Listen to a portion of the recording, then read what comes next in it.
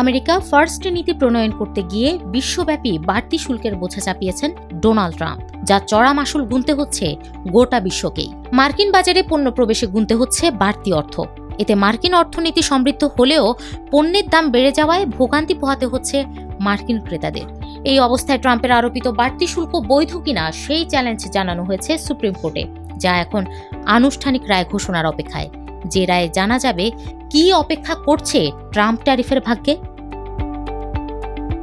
বহুদিন আগে মার্কিন আদালতে ট্রাম্প ট্যারিফের বৈধতার চ্যালেঞ্জ জানানো হলেও এতদিনও রায় ঘোষণা হয়নি। ধারণা করা হচ্ছিল 9 ডিসেম্বর শুল্ক ইস্যুতে আনুষ্ঠানিক রায় দিবে সুপ্রিম কোর্ট, কিন্তু শেষ পর্যন্ত সেটি হয়নি। কেবল একটি মাত্র রায় ঘোষণা হয়েছে এদিন, সেটিও শুল্ক সম্পর্কিত নয়। আদালত পরবর্তী রায় প্রকাশ করবে 13 ডিসেম্বর, তবে সেই দিনও শুল্ক ইস্যুর সমাধান হবে কিনা স্পষ্ট নয়। শুল্ক ইস্যুতে দুটি বিষয়ে রায় দিবে মার্কিন সুপ্রিম কোর্ট। তার মধ্যে একটি হলো আন্তর্জাতিক জরুরি অর্থনৈতিক ক্ষমতা আইন IEEPA এর অধীনে ট্রাম্প প্রশাসন শুল্ক আরোপ করতে পারে কিনা, আর দ্বিতীয়টি হলো এই আইনের ব্যবহার ঠিক না থাকলে যেসব আমদানিকারক ইতোমধ্যেই শুল্ক পরিশোধ করেছেন তারা সেই অর্থ ফেরত পাবেন কিনা।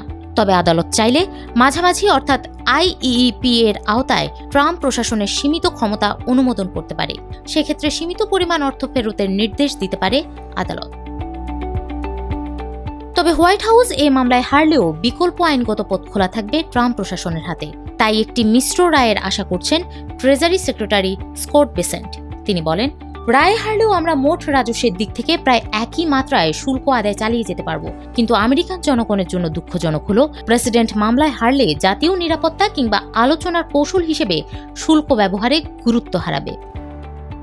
এতদিন বাড়তি শুল্কে লাভবান হলেও নতুন রায়ে শুল্কের টাকা ফেরতের নির্দেশ এলে বাজেট ঘাটতি মেটাতে কিছুটা চাপে পড়বে ট্রাম্প প্রশাসন। ট্রেজারি বিভাগের তথ্য অনুযায়ী 2025 সালের শুল্ক থেকে আয় হয়েছে প্রায় $195 বিলিয়ন এবং 2026 সালে এই পর্যন্ত এসেছে আরও $62 বিলিয়ন।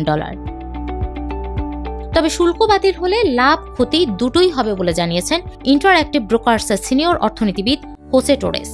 এই অর্থনীতিবিদের মতে, আদালত শুল্ক আটকে দিলে প্রশাসন অবশ্যই বিকল্প পথ খুঁজবে, কারণ এজেন্ডা বাস্তবায়নে দৃঢ় প্রতিজ্ঞাবদ্ধ ট্রাম্প। কেননা শুল্ক বন্ধ হলে দেশে শিল্প ফেরানোর উদ্যোগ ক্ষতিগ্রস্ত হবে, রাজস্ব পরিস্থিতিও খারাপ হবে এবং সুদের হার বাড়তে পারে। তবে কর্পোরেট মুনাফার জন্য এটি ভালো, কারণ কাঁচামালের দাম কমবে এবং বাণিজ্য সহজ হবে।